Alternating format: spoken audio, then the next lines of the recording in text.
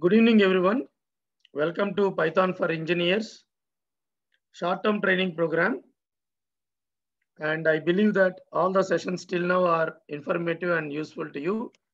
And today we are going to learn a new topic, that is how to connect to a database from Python program. So basically, you can also say this topic as Python database connectivity. So before we actually go through the concepts of how to connect a database through a Python program, we need to understand some foundational concepts. So some part of theory is definitely required to understand what exactly is a database and what is required in case if you want to connect to a database from Python program. So what are the essential concepts that we need to equip ourselves?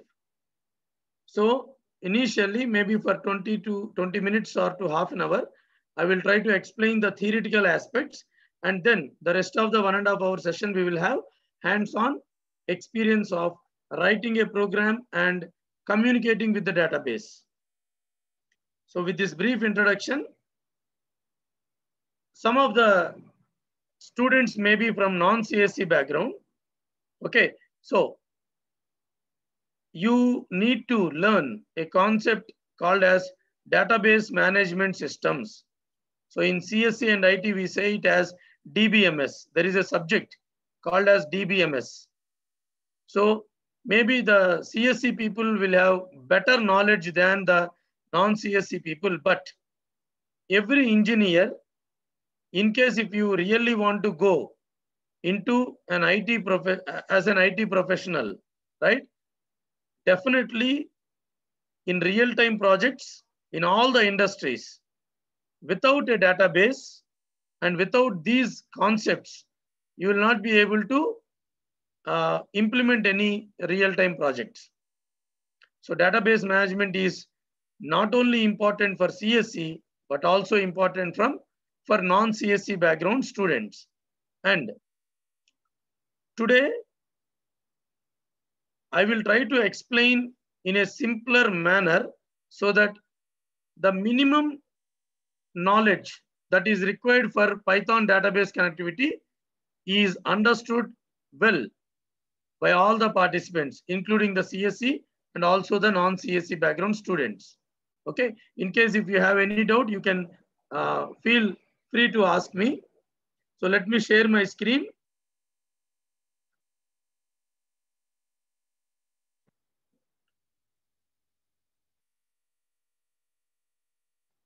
What is a database?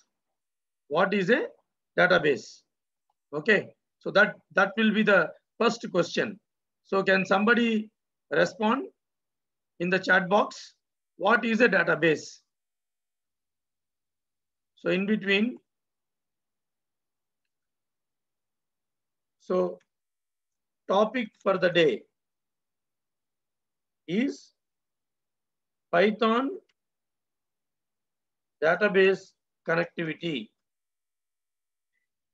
It's connectivity in the sense it is not only connecting to the database, it is actually doing some activities with respect to database using Python program. So definitely the first and foremost question which will definitely arise is what is a database? So let me listen to the participants. So one of the participants has responded, it's a software to manage the database. Okay. I am asking what is a database actually? What is a database?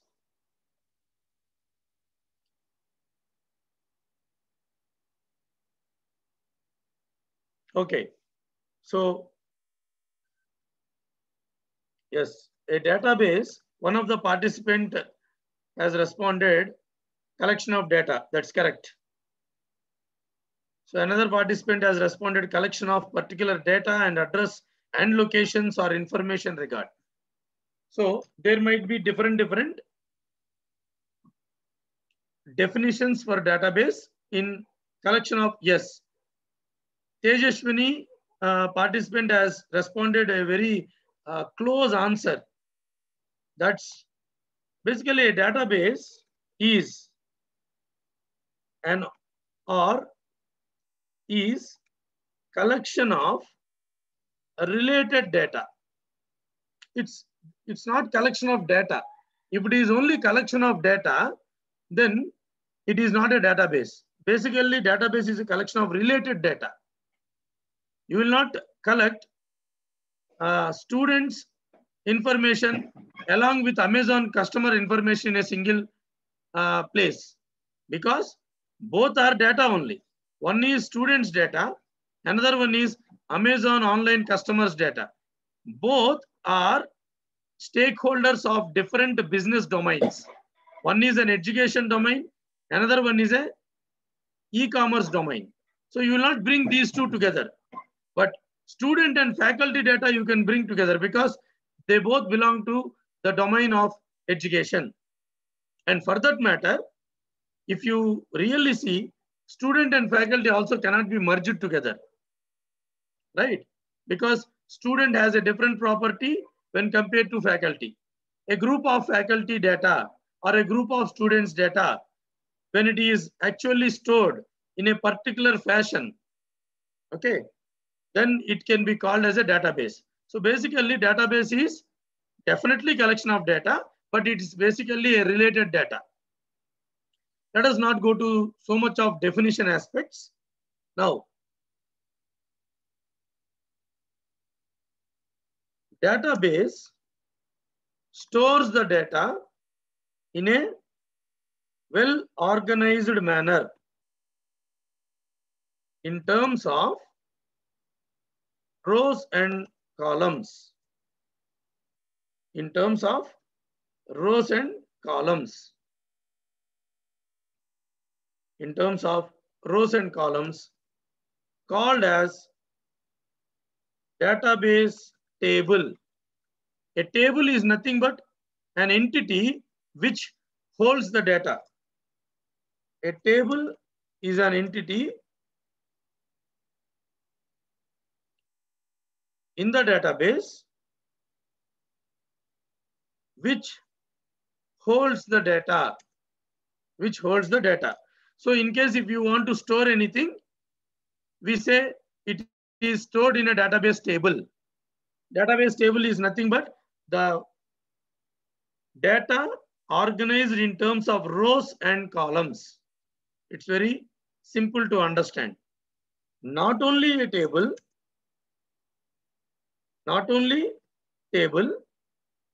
in a database, we can have views, which can be a collection of data from one or more tables. See, what is a view? I will try to explain you little later, not now. Okay, there is a concept. Where I am going to explain you one of the famous technique called as caching. Not the integer interning caching I am talking about. You know what is the caching, right? In integer interning and string interning, I mentioned a word, some integers are cached, C-A-C-H-E-D, cache. Okay, I am going to have an exclusive 2-hour session on a case study based on operating system caching. Okay, during that time, I will tell you what is a view. Basically, try to understand in this manner. How to understand a view? How to understand a view in a simple terms? View is obtained from the data available from one or more tables. For example, let us take 4 tables. Okay, let us take 4 tables which has first year, second year, third year, and final year students' data. Okay. I can create a view by extracting the registration number and name, comma CGPA from all the 4 tables together to form a view. So view is actually not self-existent. View is not self-existent. It actually gets the data from one or more tables. So view will get updated dynamically depending on the data in the table.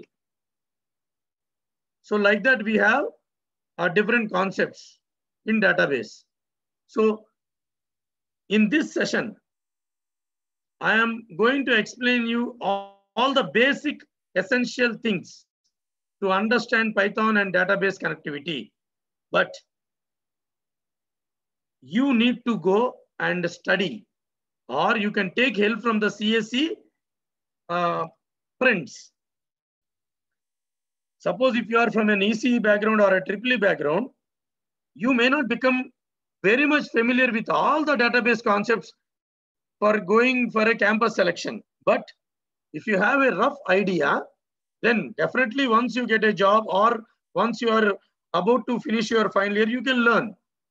So whether you studied or not, everyone, I recommend to have a good clarity on this particular subject called as database management system. Database management system. Now, till now what we have understood? We understood that database is a collection of related data. Collection of related data. It actually stores the data in terms of rows and columns. That is called as a table. Not only a table, we have another entity called as a view, which can be a dynamically loaded entity which can store data collected from one or more tables. For example, I have given you, there are 4 different tables. I can extract some part of the data from each table and create a view.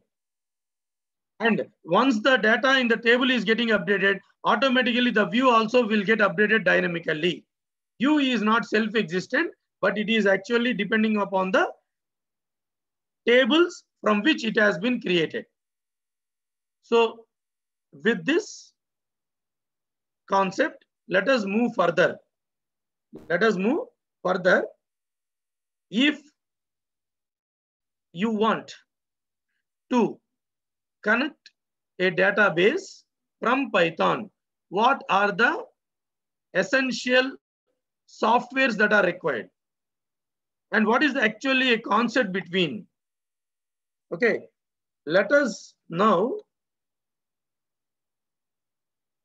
try to understand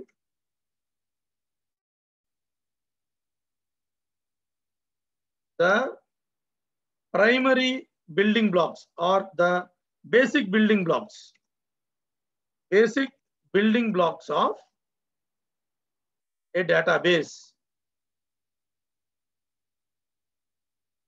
Inside the database, the data is stored. But what exactly is this database? How it is existing? For example, if it is a Python programming, you need to install Python, correct? See, for example, in case of C language, we will install C compiler, correct? And a text editor such that we can write the C program using the editor, using the editor, and compile or execute the program by making use of the C compiler. Is it not? Similarly, to execute a Python program, we need to install Python and a text editor, correct? Similarly, what exactly is required to have a database? What exactly is required to have a database? Okay, to use a database, we need a database server which launches the database init. Then immediately a next question will come. What is a database server? A machine, you can be having laptop or a desktop, basically a machine, right? A machine where the database is launched or deployed to use. So you need a database server. A database server. Then the next question is how to get a database server. That's the next question. Okay. There are third-party open source softwares which gives database server softwares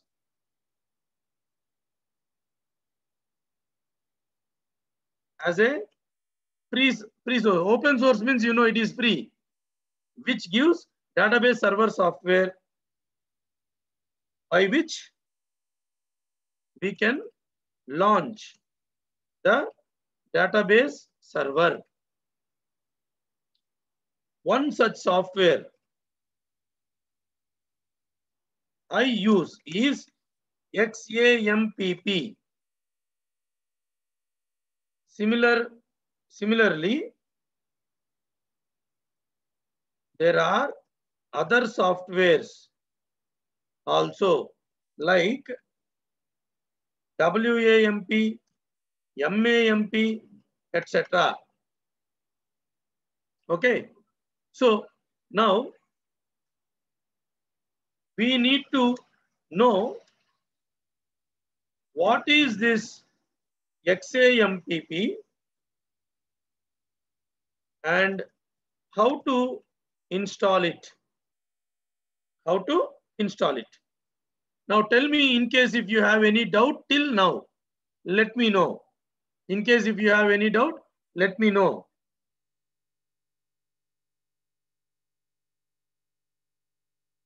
I believe that you are able to watch my screen and I am very much audible. Let me know, all the participants till here, did you understand clearly?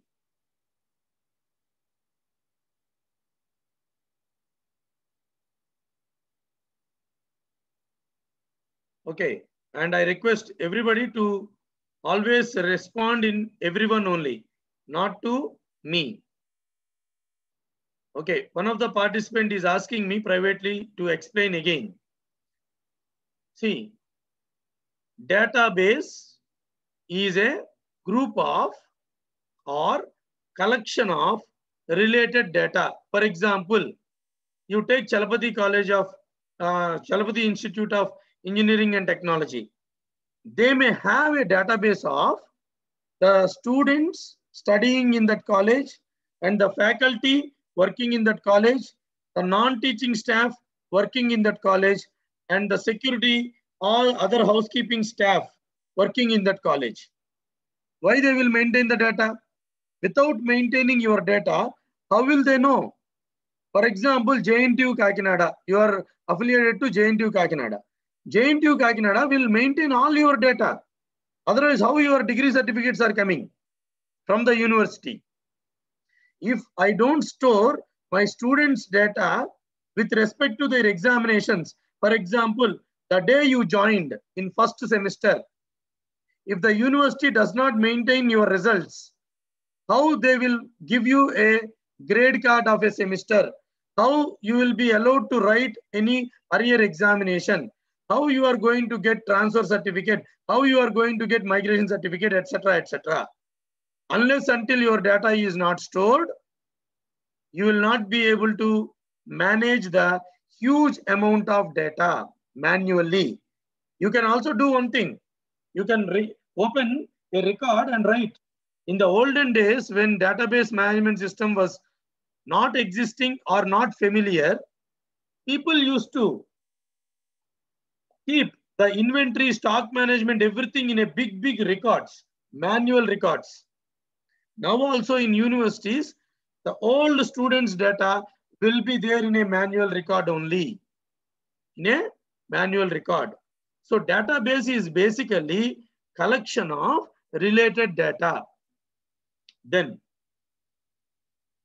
the data is stored in terms of tables. Data is stored in terms of tables.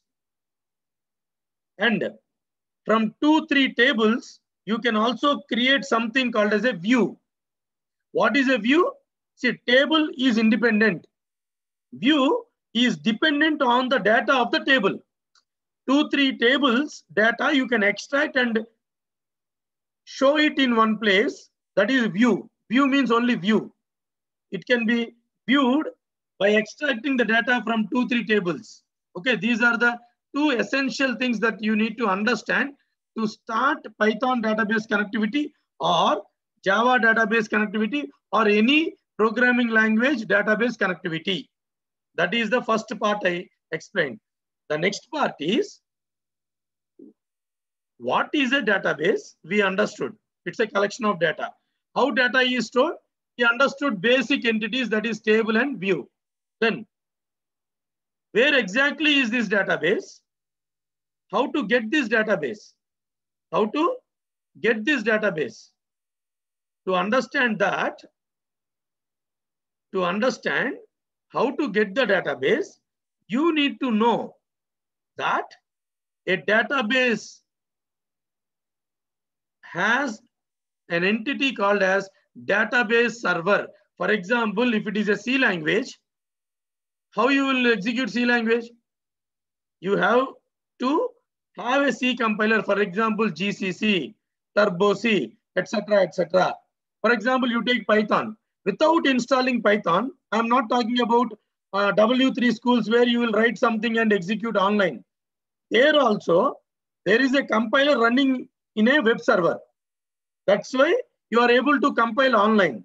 Whether it is an online compilation or offline compilation, first of all, Python needs to be installed to execute any Python. Correct? To execute any Python program, you need the Python software. Similarly, if you really want to store something in a database table, first of all, the database should exist. That software is called as database server. Server means a hardware. Database server means a machine where the database software is running. Okay, what is a database server? A machine where the database is launched so that you can create tables and store data in it. Unless until you have a database server which launches the database, you will not be able to use the database concept. Okay, then C language means we can go and download the compiler. Python language means you will go and download the Python. Java you can download, and similarly, to get the database server, there is a software called as XAMPP. Similarly, there are other softwares. We are not going to learn completely about this software, but I am going to show you how to make use of this software to connect Python and database together, or how XAMPP will give you database server. I'm going to show you now. Now tell me, one of the participants, Seti, has asked me the doubt in private. Is it clear or is there any difficulty in understanding? I have repeated everything. Okay, so the person has responded that he understood. So let me take one screenshot and then let us try to, I will show you XAMPP. Okay, before XAMPP, we need to understand one more concept. From any programming language,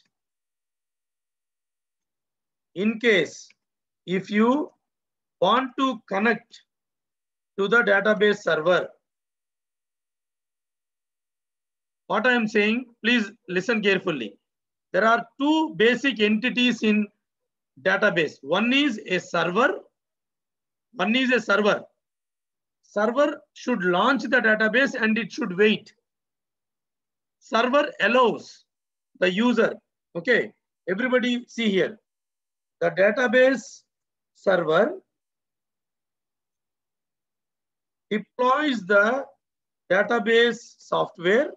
Basically, database is also a software and provides the chance for the users to work with database, like storing data, extracting data, etc. Are you able to understand? So without a database server, you cannot see how you will store a database. How you will store a data in terms of a table if the database itself is not existing. So one primary entity that is required is database server. Now directly you can work on the database related instructions directly from the database server. But what is our concept today? I want to connect to the database, not directly, through the Python program. So for any programming language, in case if you want to connect to the database server, there shall be a database client of that programming languages or programming language. For example, let us take MySQL. MySQL is a database. It's a database software. MySQL is called as a database like Oracle, MongoDB, Postgres, SQLite. There are so many databases. Oracle is a licensed version. You know, you might have heard Oracle, right? ORACLE, Oracle. Oracle is a licensed. To use the Oracle, you need to have a license. But similarly, MySQL is a open source database. Okay. To connect MySQL database server through the Python program, we need the Python database client. We need a client. Through client only you can connect to the database. So two things are important. One, there should be a database server and it should be up and running. Database server shall be up and running for the user to allow or for the user to work with database.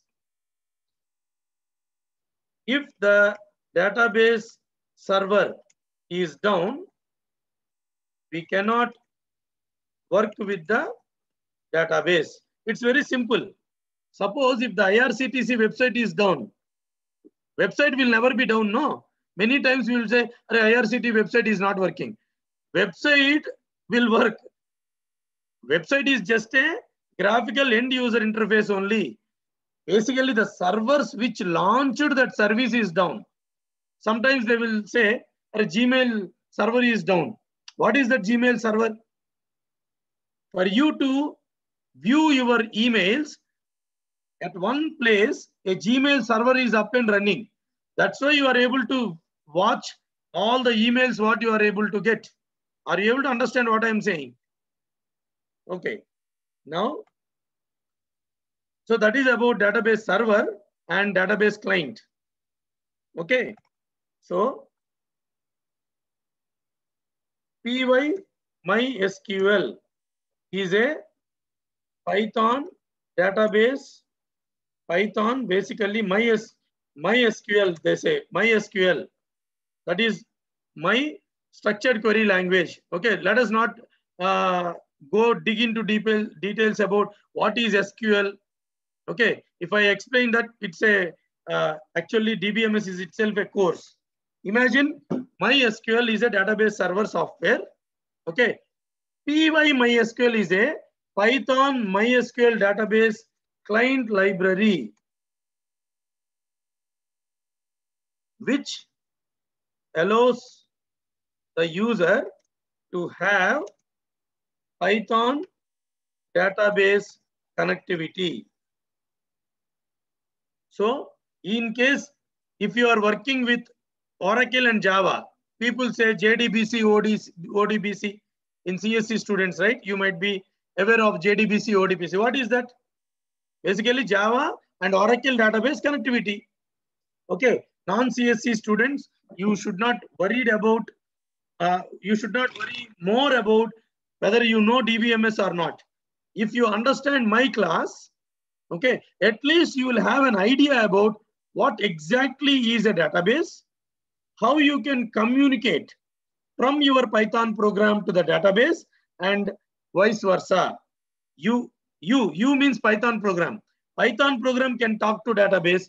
Database also can talk to Python. Two-way communication. I'm going to explain all those things clearly to you. Okay. So what are the softwares that I am going to use? One, XAMPP database server. XAMPP is not only having database server, it has many other services also, which I will show you. So if you really want to work with database connectivity using Python, you need to install one library and one software. What is the software? XAMPP. It is a open source. You can go to the Google web browser and just type XAMPP download. You will get the links. You can download it. You can freely download from the browser. Okay. For example,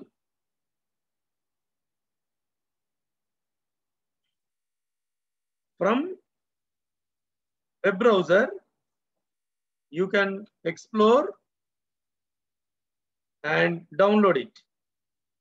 You need to download and install it. You can download and install. Next one, what is also required is a Python library called as PyMySQL. How to install any Python library? It's very simple. To install, execute the command pip install PyMySQL. That's all. So you need two softwares. One is a software, another is also a software called as a Python library. XAMPP software from the web browser, and directly from your command prompt, you can execute the command pip install PyMySQL. Then that particular Python library, which acts as a database client. Some people may get it out. What is this server and client? Just imagine there is a hotel. In hotel, definitely there are some people who are waiting for you to come. Those are servers, right? There are waiters, steward, there are different terminology. హోటల్లో server ఉంటాడు కదా, వాళ్ళు ఏం చేస్తారు? They will be waiting for a customer to come. Imagine the client is through the client, you will connect to the server and both will communicate to each other. Whatever client is asking, server will serve. Server's duty is to execute the instructions of the client. Here, if server is not there, client will not get anything. So server is very important. And if client is not there, to whom server will serve? Imagine మీరు ఒక హోటల్కి వెళ్ళారు, server ఉన్నాడు, ఎవరు రావట్లా, ఏం చేస్తాడు ఆ సర్వర్? లేదు, సర్వర్ అసలు ఎవరు లేరు, మీరు వెళ్ళారు, ఏం చేస్తారు? సెల్ఫ్ సర్వీస్ అంటారు. అక్కడ సెల్ఫ్ సర్వీస్ లేదు ఇక్కడ ఈ కాన్సెప్ట్ లో. This is basically called as a client server architecture, where there will be one server. Server అన్నా అంటే it's a machine where a database server software is installed, and there will be some more machines acts as clients which will connect. I will tell one simple example. Okay, everybody knows how to book movie tickets in Book My Show. I think many of us knows, or how to book a ticket in irctc.co.in. Basically, Book My Show will have a server through which you are actually installing a Book My Show app from Play Store or any other Play Store in Android. No. So that app is a client. That app in your mobile phone is a client, Book My Show client. Using that client, when you are selecting, it will get connected through internet to the server, and then you are able to book the tickets in any movie theaters or in a railway train. Not only that, anything, even Amazon will have an app. That app is a client. The Amazon app is a client. Flipkart app is a client software which connects to the server software. Server ledanukondi client em chestadi, client ledanukondi server em chestadi. So server is very important here, and client is also equally important, because server will actually works for client only. As per the instruction of the client, server will respond. Client will ask, server will respond. With this theoretical part, there is one more small theory which is left out. Let me ask if you have any doubt. So one of the participants is saying that I am not audible. Am I not audible? Am I not audible?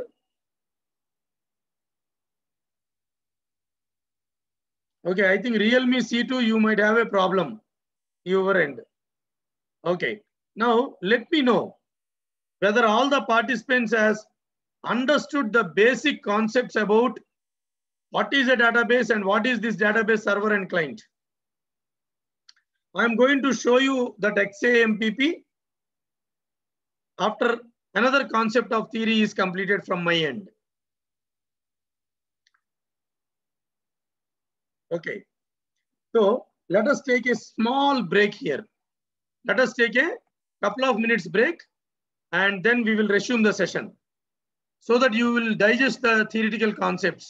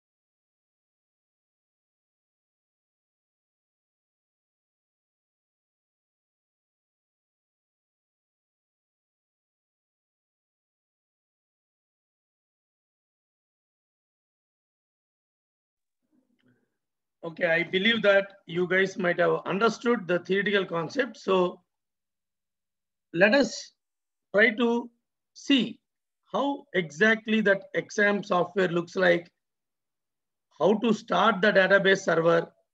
Okay, before we write any program, we need some more concepts to understand. Okay, maybe for another 15-20 minutes, I will not be able to write any program unless until the theoretical concepts are clear. Okay, so with this, let me clear the annotations and come back to the chat box and ask, is there any major doubts? Is it fine? Is it fine, or is there any doubt? Shall I continue with the next topic of that XAMPP? And shall I show you how exactly a database server looks like? Kindly respond. Shall I continue?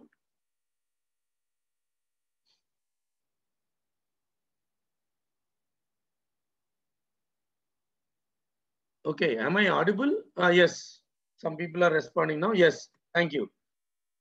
Okay, let me continue. Let us minimize the command prompt. If you want to download the XAMPP server, basically XAMPP will have different services. XAMPP download for Windows. So immediately you will get different sources. You can install from anything. You can install from anything. Okay. Once you install XAMPP, sorry. Let me go to the C drive. I would like to show you how it looks like after downloading. Everybody see here, in my C drive, it is been installed. See here, in my C drive, you can clearly see that XAMPP is installed. You need to open the directory XAMPP. You need to open the XAMPP. After opening the XAMPP, come to the last part. Come to the last part of the file system in XMPP directory. No, see here, in my machine XAMPP, I have a file called as XAMPP-control.exe. Inside the directory where XAMPP is installed, look for a file XAMPP-control.exe. What is this? This file will show the user about various options or various services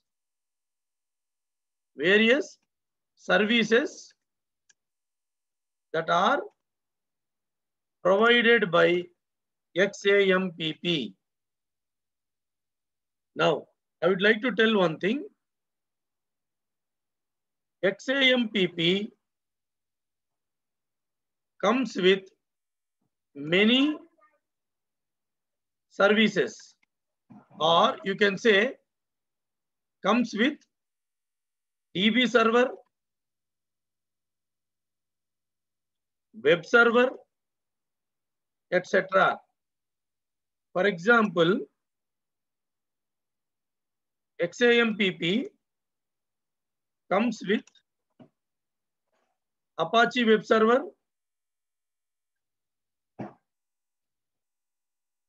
then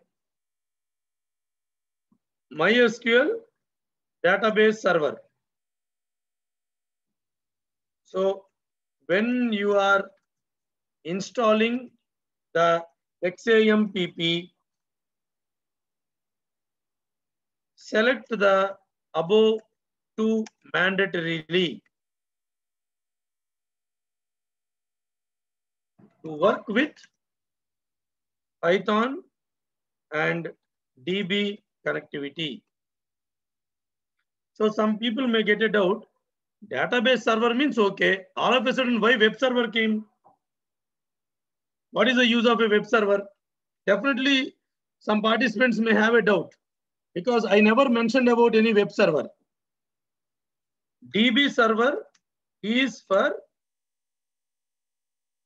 launching the database. Then web server is for viewing the database contents instantly. I will show you why web server is required within a minute. So is it clear till here? Which file you need to execute? That is XAMPP control.exe. Tell me in case if you have any doubt here.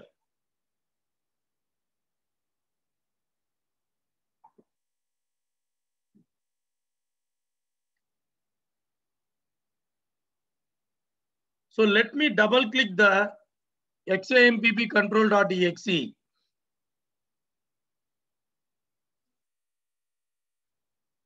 I double clicked XAMPP control.exe. Then immediately in this corner, let me show you. When I am starting this XAMPP control.exe, please observe clearly there is a small icon which is visible here. I hope everybody is able to understand which I am trying to point out with an arrow. So you can just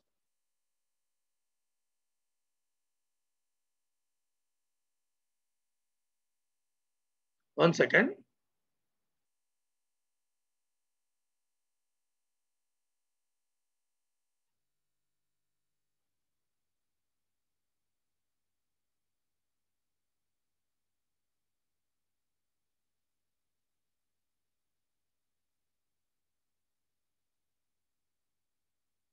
See, this is what an XAMPP control panel. That XAMPP control.exe will actually launch this.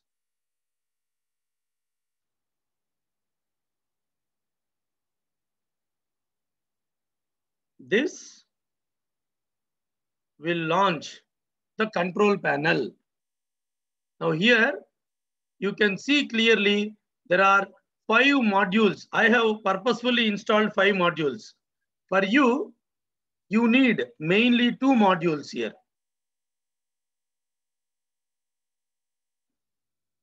You need to understand these 2 modules. Okay. MySQL is the database server service. Okay.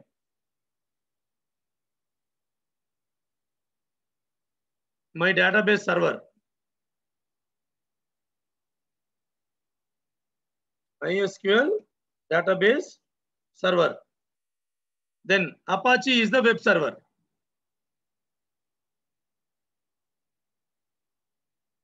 This is the web server. Web server. Okay. Now you need to select these 2 services and click start. Select Apache and MySQL and click on start. Click on start button. So let me clear all the drawings. Everybody please observe. I am going and clicking the start beside Apache.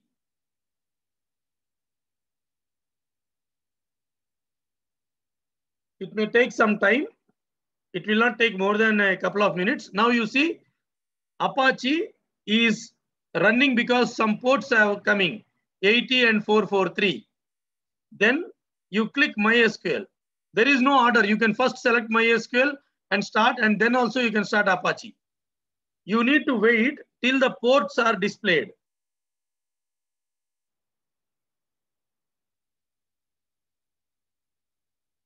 After clicking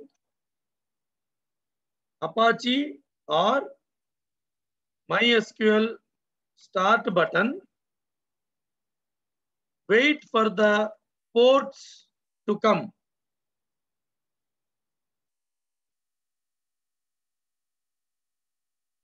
Here 80 and 443 for Apache. See, basically in that port it will run.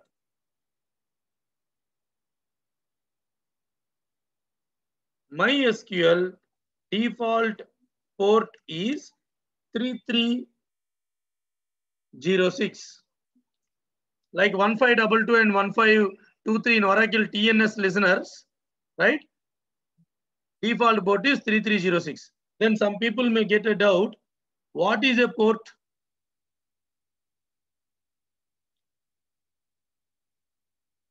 Port is a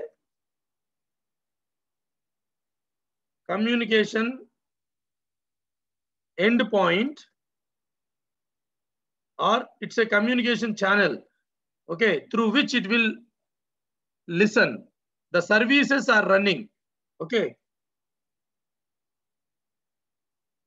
Port is a number, or you can say channel, through which the services will execute. Through which the services will execute. So once you start, come to admin beside MySQL and click it. If you click, then you can instantly view your database related things directly from the web browser. That's why Apache is required. Okay, so let me try to annotate.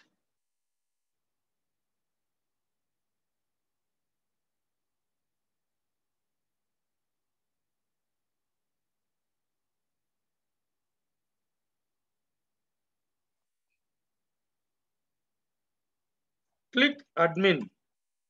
Then in a web browser, in your machine web browser,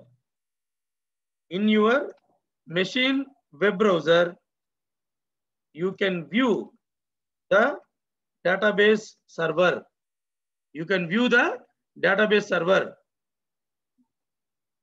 Clearly,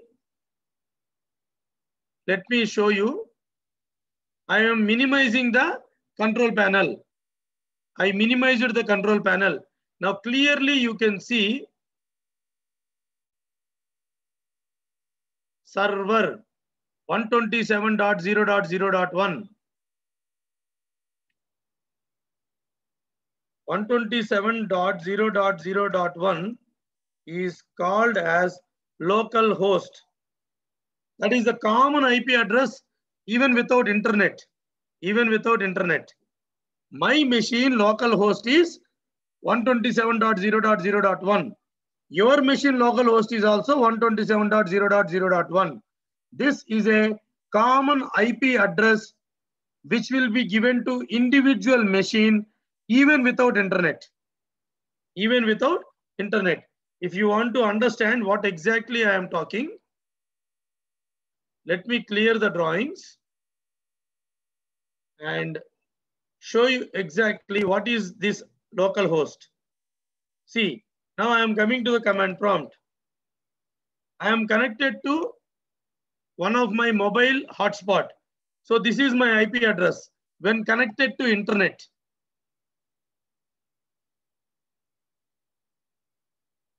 After connecting to the internet, my IP address is 192.168.43.233.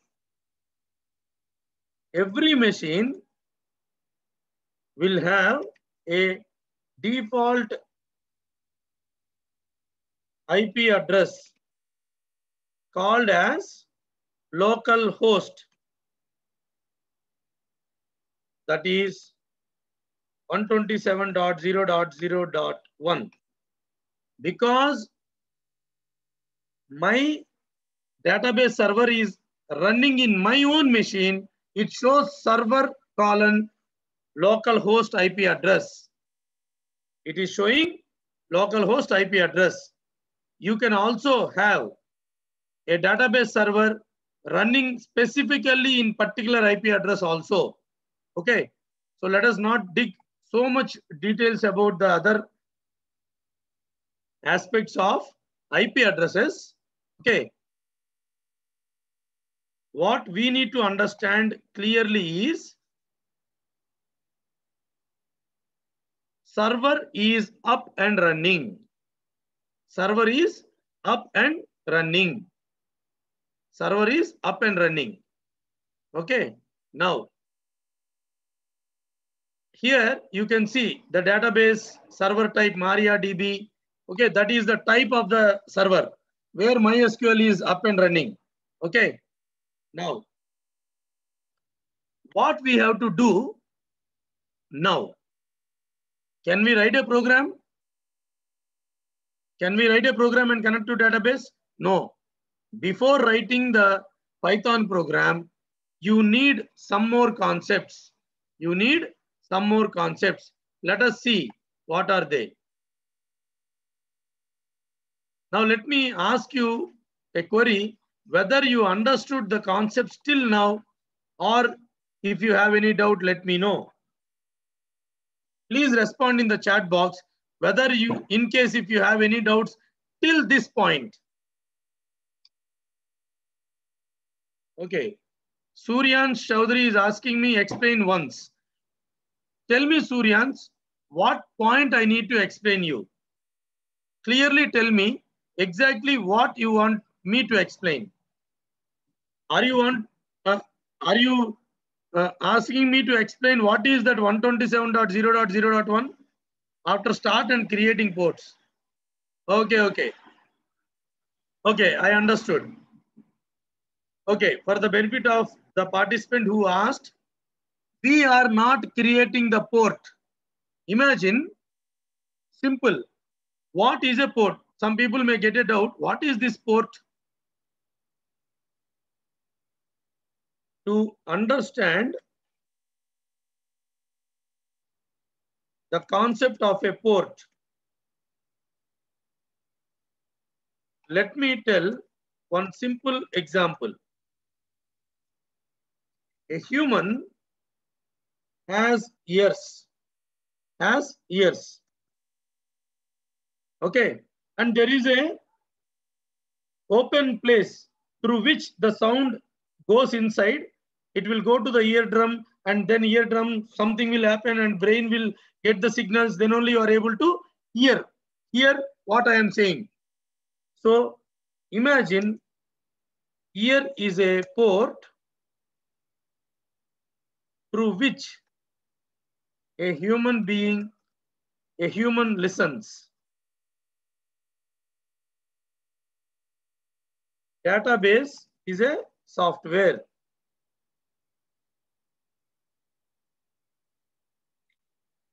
Web service is a software.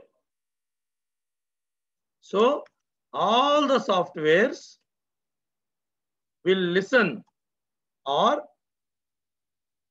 will respond, or basically will listen through software ports. See, here ear has a port, that's hardware, because we have ears and there is a gap here, there is a hole through which nobody will have a closed ear, no, then you will not hear. Similarly, ports are there. I am not creating port. By default, I think everybody will know the HTTP server will have a port 80.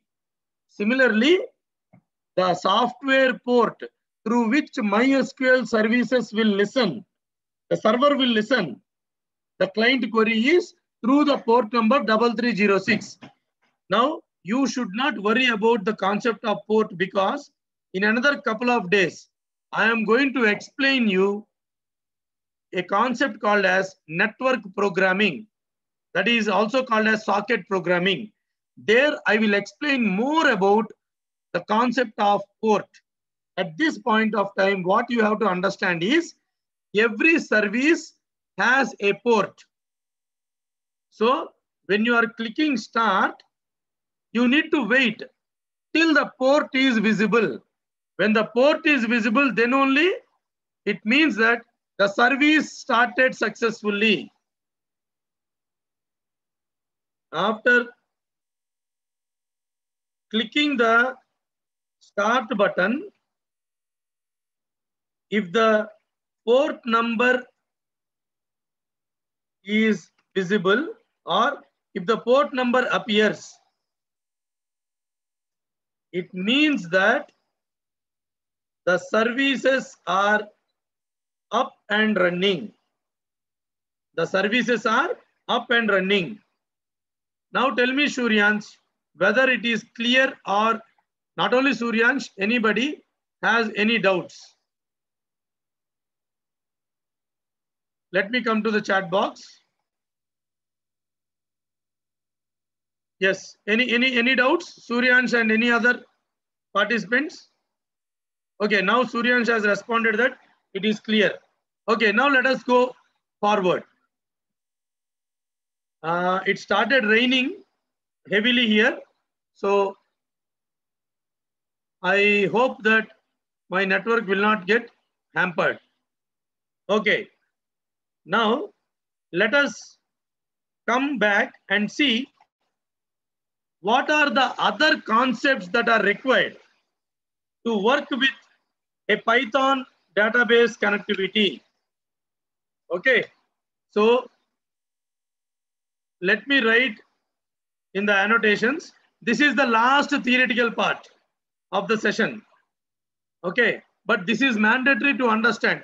Directly, if I execute some program, it will not even give a good clarity how and why we are writing those programs in those patterns. Okay, steps that are required before writing a Python program for connecting to the database. Try to understand the steps. What I am saying are required before writing a program, not after writing a program.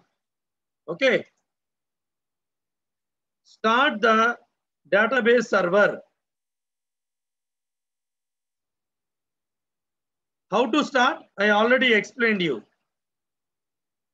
Through XAMPP control panel. Once the database server is started, second, to work with the database concepts, we need to create a name for the database in which our tables or in which our, basically tables, views will be saved. What I mean to say is, you need to create a name in the database. You need to create a name in the database. Okay, what is the database name? How to create the database name? I will tell you. 3. Every database will have user accounts who can get access to the database. See, it's very simple. You need a database server. It should be up and running. Inside the database server, you need to create a name of a database. Basically, you need to create a database. Database means, for example, I am going to create now CIET workshop. That will be the database name. So whenever I am storing any data, it will go into that particular database. All the tables, views, or anything. And every database, for example, you take bank employee, not bank employee. Imagine in NIT Nagaland, we have a software, payroll. For that matter, every institute will have. Just imagine, Nagaraju should be able to see only the salary details of Nagaraju, but not my colleagues. Very good. What I mean to say, suppose, for example, in my HP and Tech Mahindra, when I was working, we have a very good software. Even when you are going for a campus selection and next year when you join, you will also see. Payroll software, if you click, they will give one username and you have to create a password. In that payroll software, if I log in with my employee ID, with my password, I can see the salary details of Nagaraju only. But there will be an accountant. In the same Tech Mahindra, NIT Nagaland, Chalapati group of institutions, there will be a main person who is an accountant or XYZ role who actually knows how much salary has to be created to each and every employee. So an accountant user will have access to all the accounts data, but an employee or a faculty will have chance to see only his data. Similarly, every database needs to have user account who can get database access. So create a user also. Point 2 and 3 can be done from the MySQL admin, which was viewed or which can be viewed from a web browser. Which can be viewed from a web browser. Exactly what I am saying. Let me open the browser and I am going to show you. Let me clear all the drawings. So three things are required before writing any Python program. 1, start the database server. 2, first of all, you need to create a database and then create a user also to work with the database. That user can have all the permissions. It depends upon you, how many permissions you want to give for that user. Whether the user is an administrator, whether user can only create table, whether user can create many things, etc., etc. There are so many concepts which may be out of the scope for this particular session. Okay, now let me clear the drawings. 1 second. Let me clear all the drawings and then show you how to create a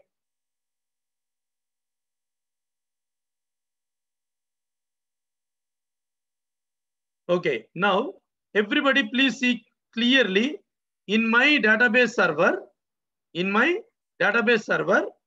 There is one icon called as new. Let me highlight it.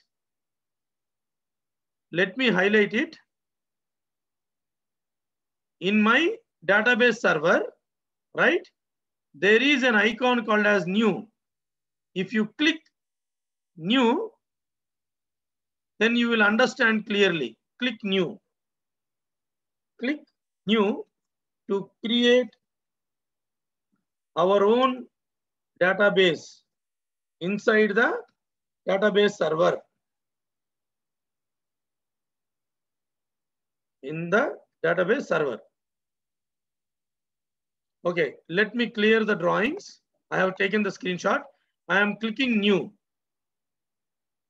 When I click new, now you can see clearly databases. There are so many databases which are visible. So don't get confused with that.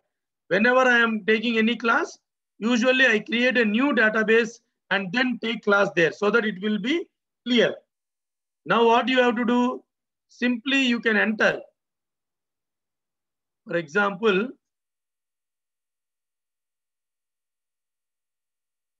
here you need to enter the database name and click create. For example, I will create, see already I have taken earlier one workshop. So that's why you can see Chalapati College DB also. Let me change it as CIET workshop.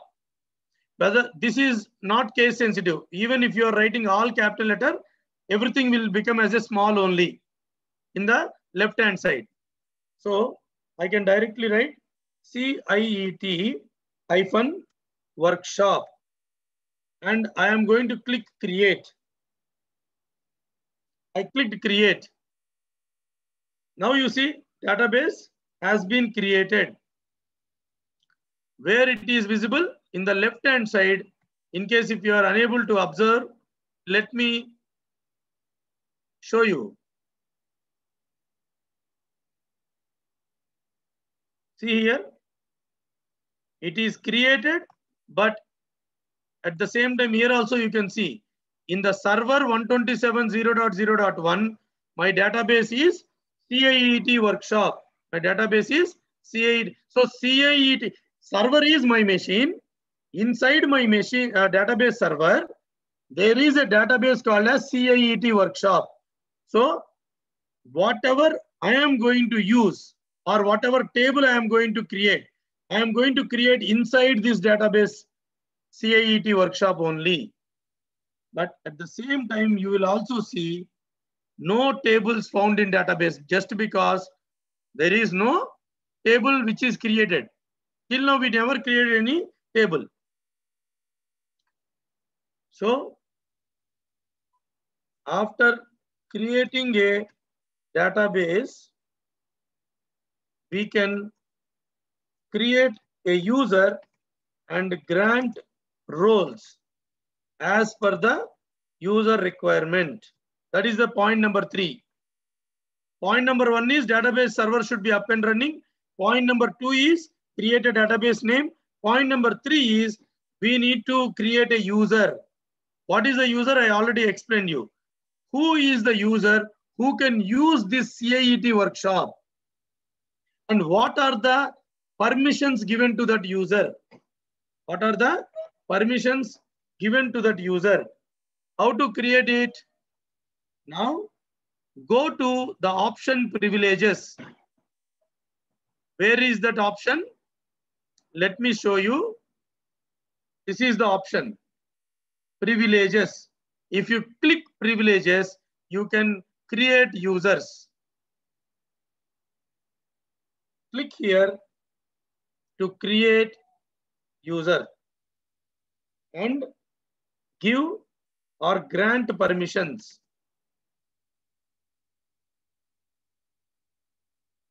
About the tasks that the user is allowed to perform. Like create table. He should be able to create table, no? Or insert values, basically update the table, etc., etc. So let me take a screenshot now. I'm sorry that if the theory is too much because this is anyways required. Otherwise, it is very difficult.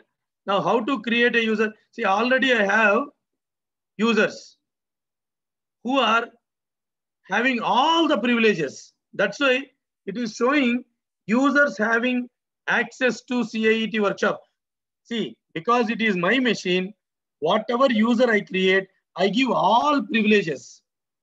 That's why even though if I have not created any user, it is showing that these users have access to CIET workshop. If you are doing for the first time, because these are all admin users, I always create a user who can do everything.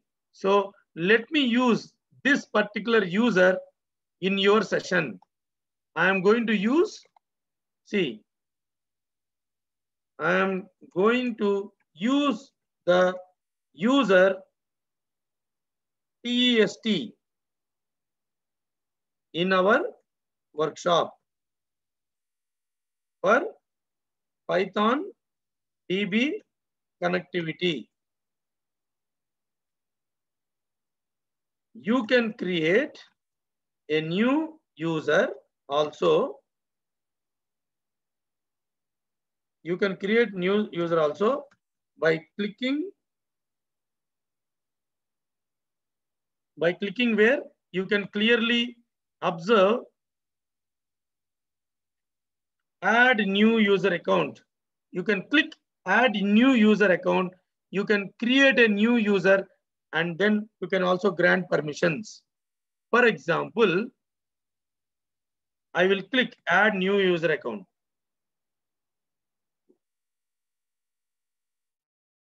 See, here it is asking what is the username. For example, CIET, which host, any host, what is the password? For example, CIET 123, like that you can give. Okay, because we don't have much time, I am not creating anything, I am just showing you how to create. Then see here, privileges. Usually what I will do, no, I will simply click everything because I am only wanting to practice. I am going to practice, so you can simply click check all. Everything will be clicked automatically. See here, I believe you guys have are able to understand. For practicing purpose, you can select global privileges so that there is no limitation to that user. Like an admin user, global privileges means admin user. Tell me if you have any doubt till here. In another 5 minutes, I am going to write a program for you. Tell me in case if you have any doubt here. So this theory is very much important. Otherwise, you will not be able to understand anything in the program.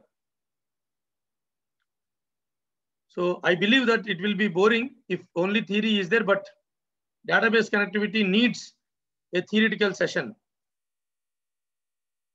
Okay, please respond in the chat in case if you have any difficulty till here. Let me come to the chat box. As of now, there is no response in the chat box. Okay. Finally, the final theory. I will not take more than 5 minutes now. Okay. The final theory is in a Python program, what are the steps that are required to work with a database? See, these steps, whatever I am explaining today, it's actually not only for Python, but also for other concepts. Not only for not Python, but also for other, not concepts, for any other programming. For example, Java. You take any programming language, the method in which the database exists, the database server exists, and all the procedures, whatever I am telling you, they are applicable to all programming languages. The only thing is, here we are writing Python program, there you might write a Java program or any other program. Okay, so let us see. First step is connect to the database.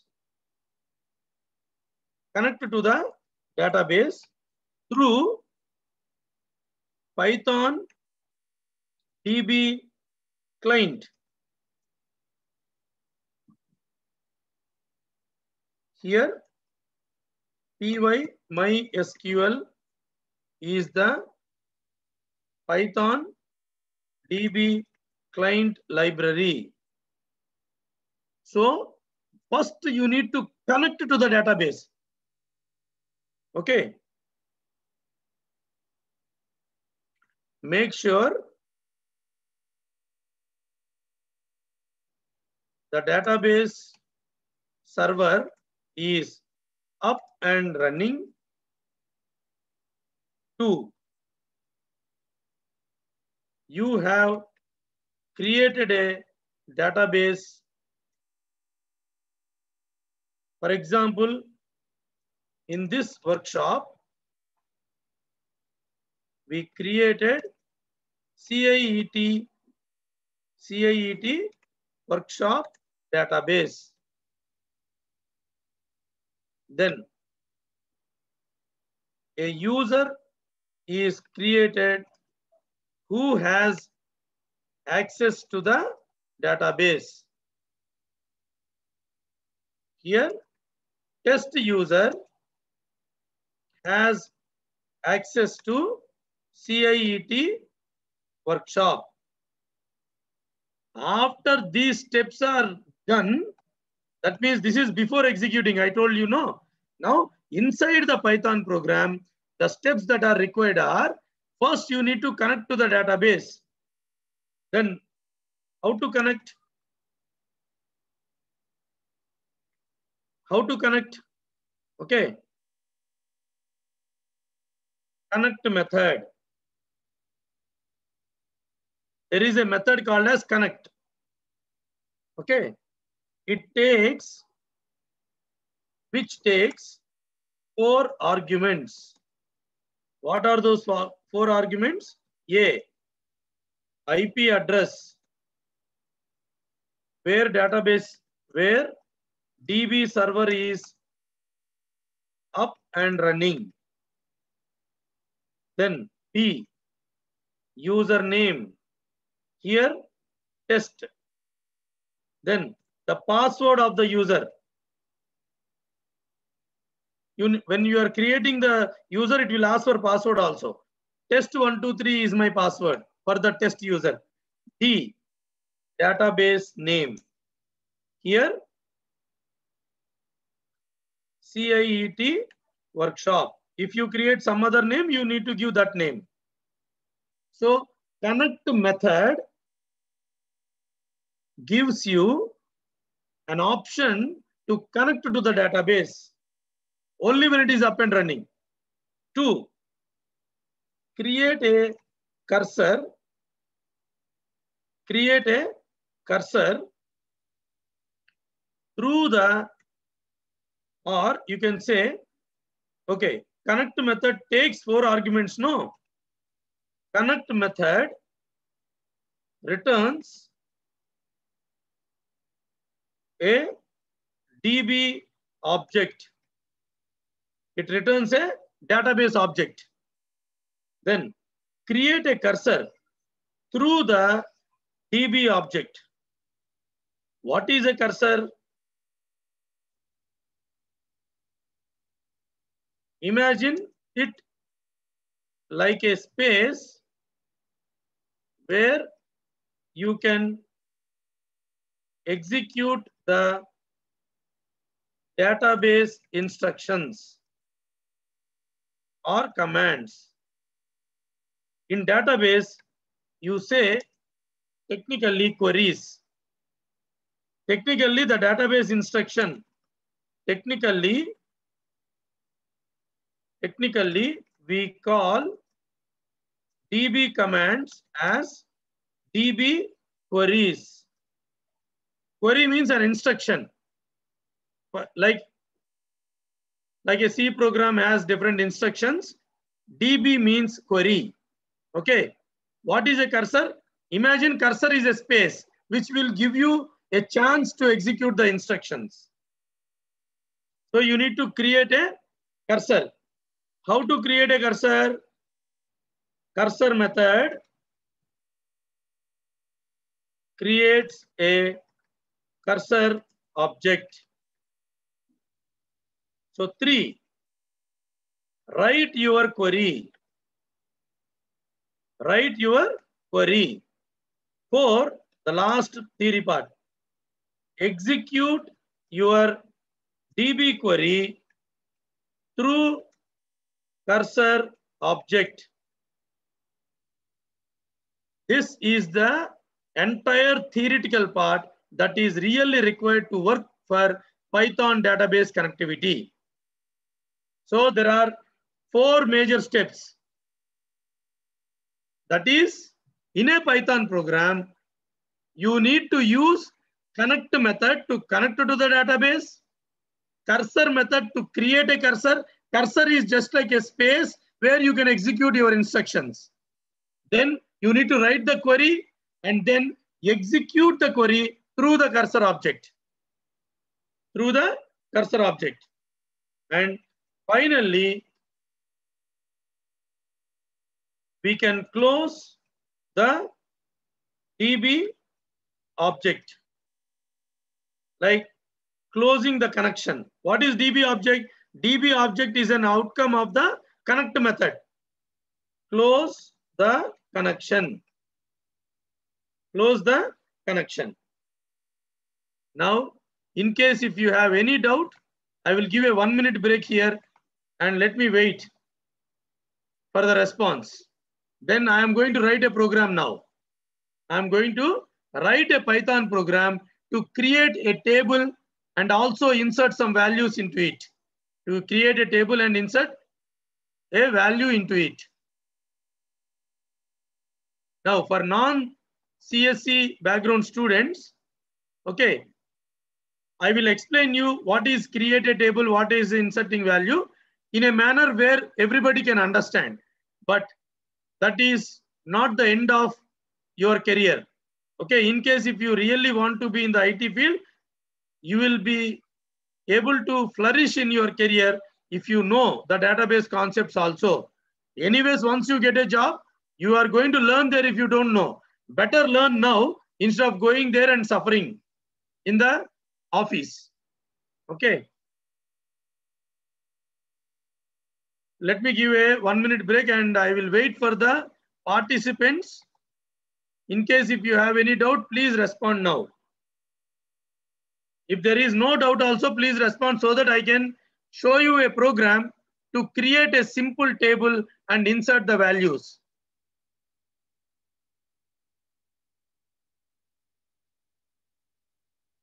I am waiting for the response. I could not see any response till now. So I am not sure whether you are able to hear me because it's raining heavily here. Am I audible? Guys, are you there or I am disconnected? Oh, audible, thank you. Understood. Okay.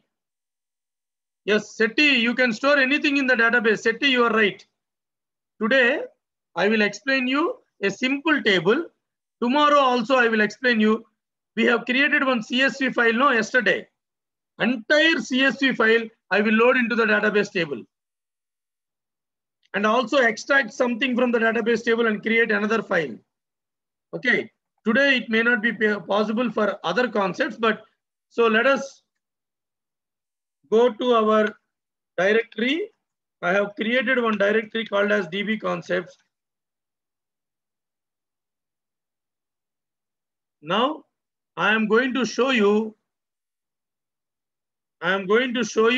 a program which creates a database table and loads the values also into the table through a Python program. So let me explain you line by line. PyMySQL. PyMySQL is the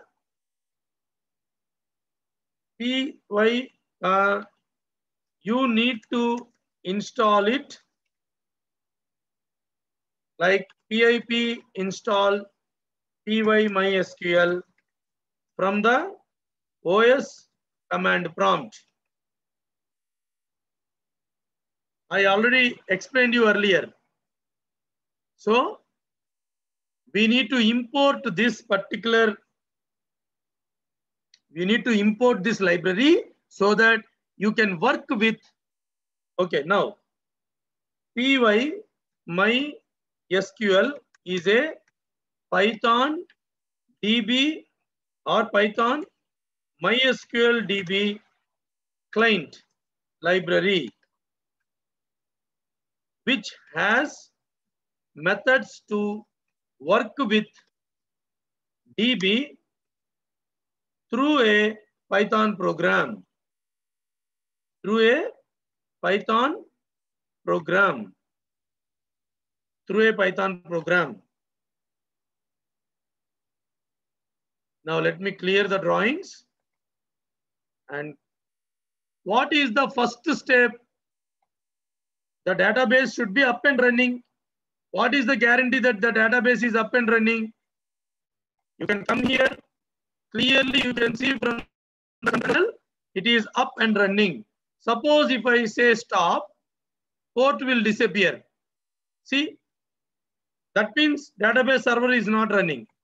If you again start, again port will come. I hope everybody understood what is database server up and running.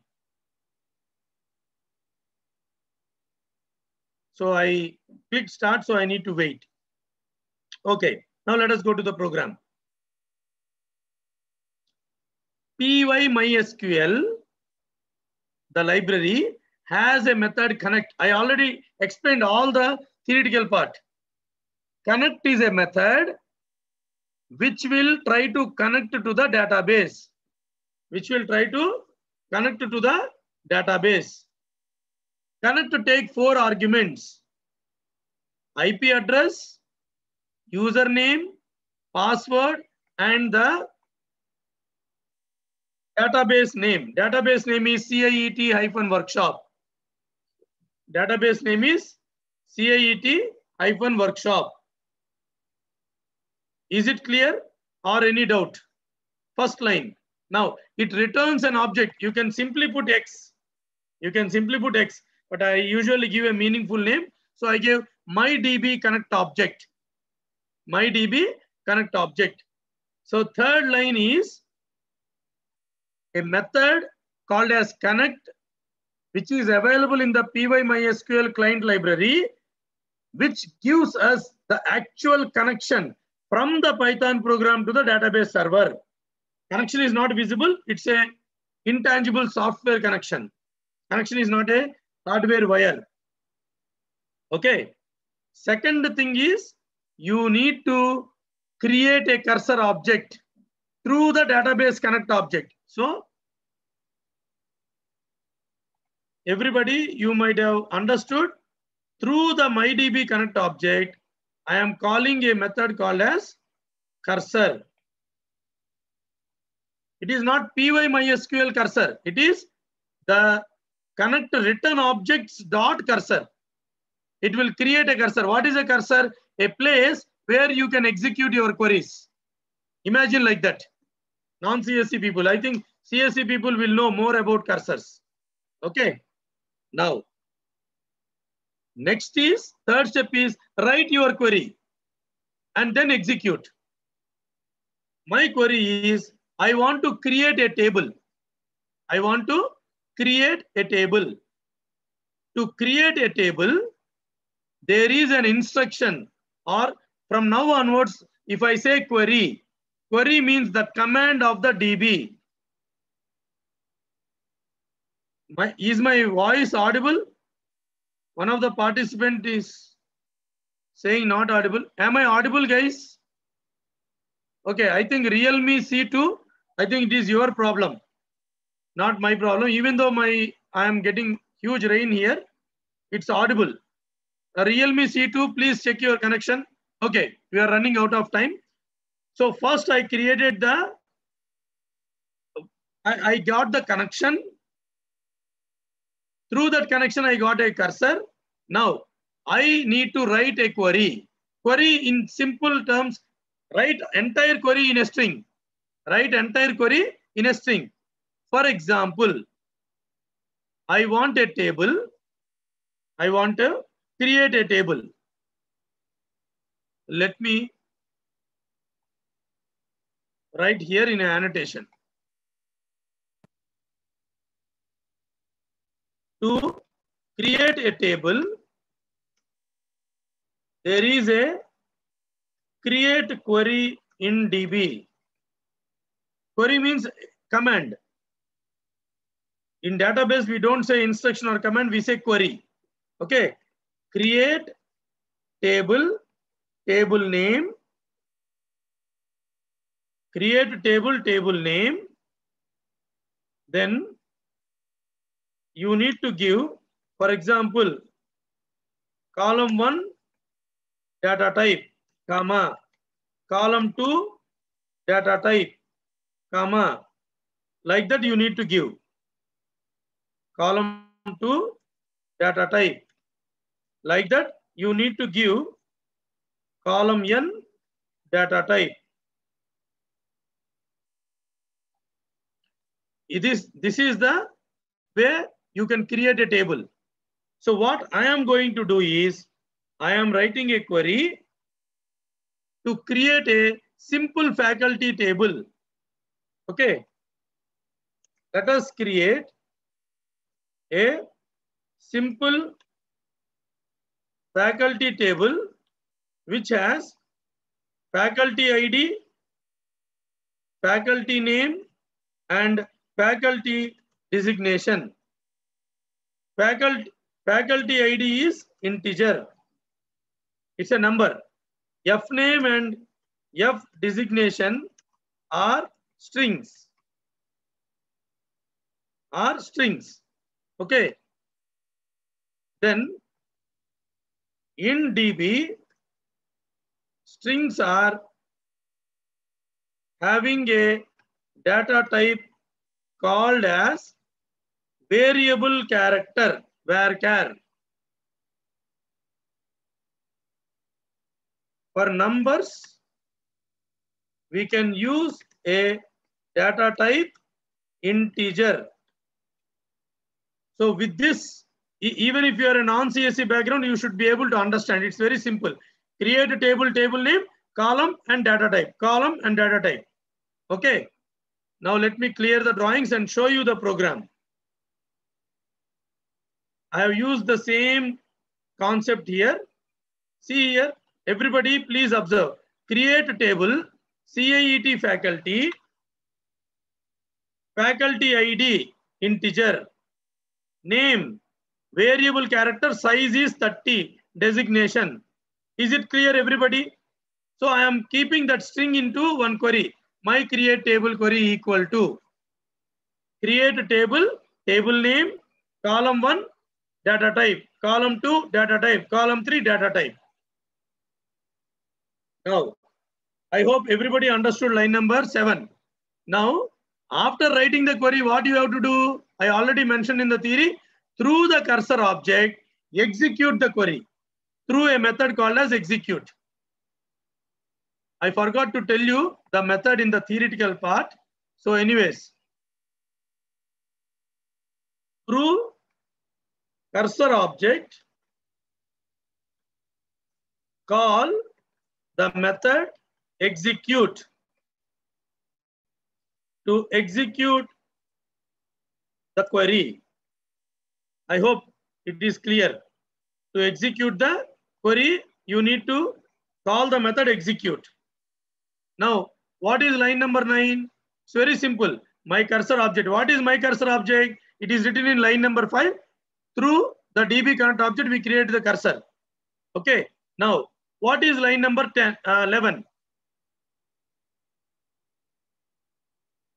In line number 9, our table will be created. Our table will be created. Okay.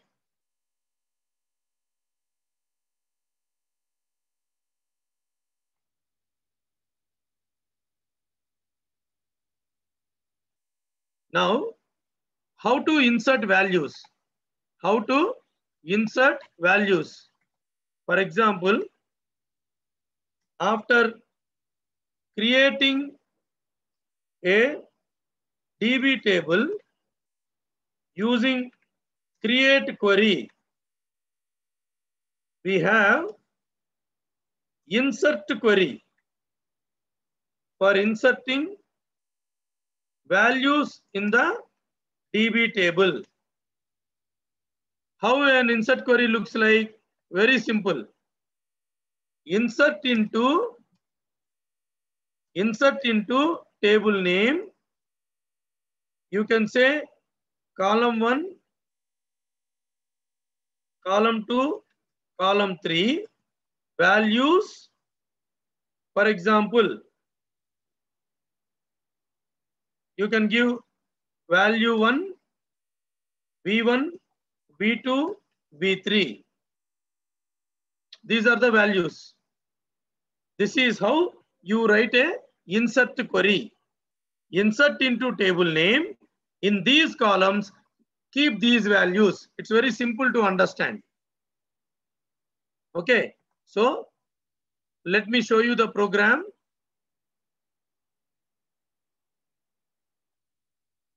My insert query equal to, I am writing in multiple lines. To write in multiple lines in Python, you can use 3 single quotes. So let me decrease the font size so that you people can see everything on a screen. I am trying to explain you line number 11 and 14 because other lines are same. Everybody please pay attention. Insert into, I am using the same table name. See here, CAET faculty. So insert into the table, faculty ID, name, then the values are 50301, Dr. Kiran, assistant professor. I hope everybody understood. Similarly, after writing the query, in line number 14, what I have to do? Write the query and execute. Just writing a query will not execute the query.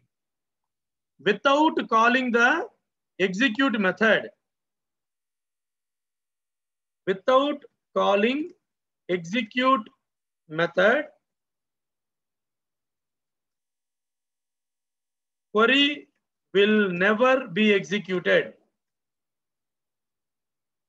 Query will never be executed. Now, all the other lines are exactly same. Only the values are changing. 50301 Dr. Kiran, 50302 Dr. Uday, 50303 Dr. Ramesh. Right? Now, finally, there is one more method. There is one more method called as dbObject.commit. Okay. Commit means, see here, commit method is invoked through the DB object which is returned by connect method. In case if anybody might have forgotten what is DB object. Okay. Now, commit method saves the changes permanently.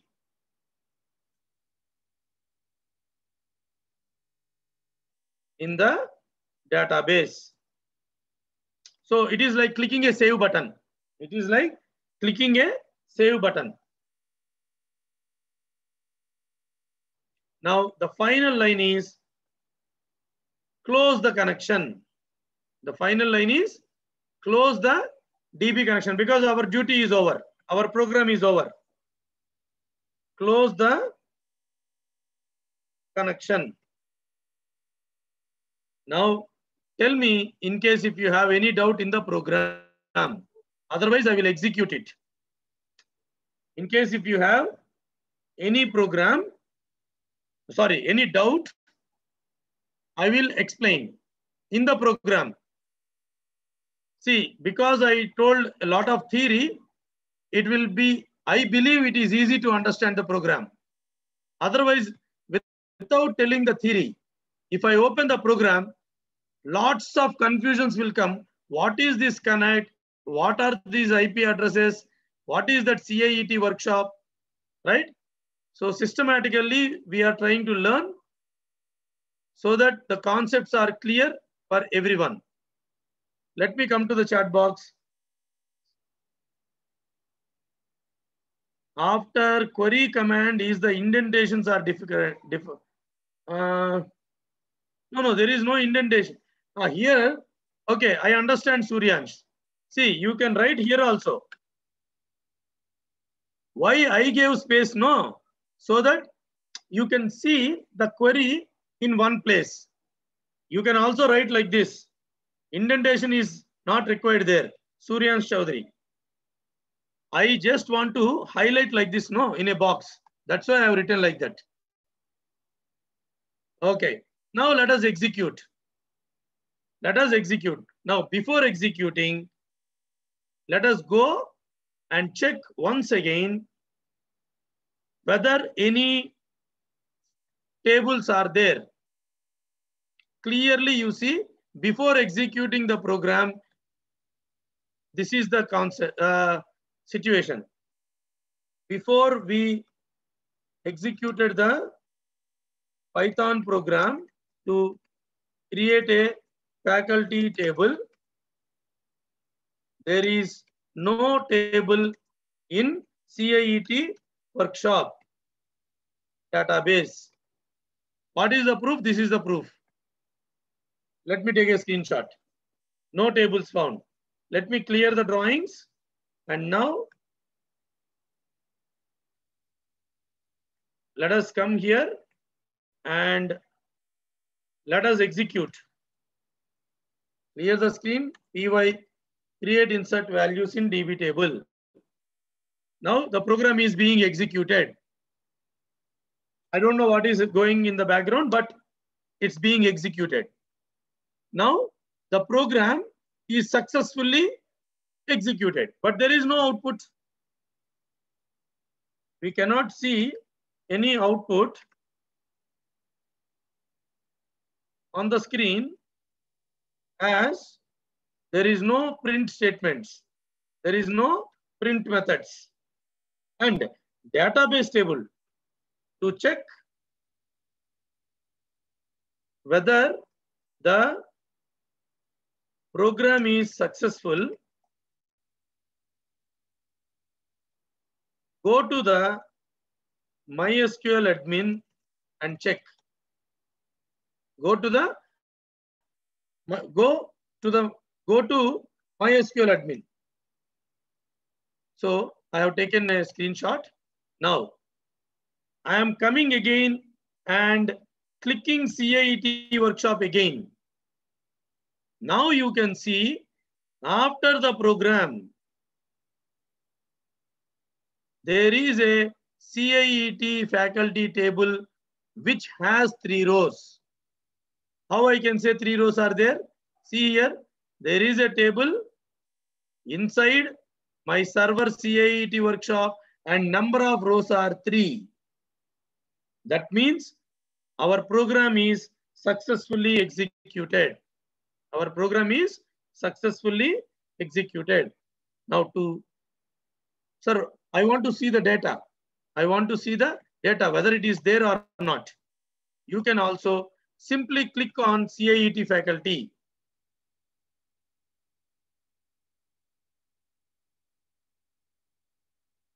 You can clearly see even 3 values are there. So from a Python program, I am able to create table in the database, insert values in the database. To insert 3 rows, how many times I wrote the insert query. I want to insert 3 rows, I wrote 3. If you want to insert 5,000 rows, will you write 5,000 insert queries? Is it really appreciable way of writing a program? We will see tomorrow. Tomorrow, we are going to learn the same database concepts, but we will merge the file management and database management. That means we have a CSV file. We will write a program to read the CSV file and load into the database table. Next, tomorrow, we will write another program which will read the data in the database table and create a file. That means file to DB, DB to file.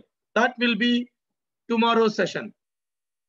So I think now I cannot start it because now I think the time is 6.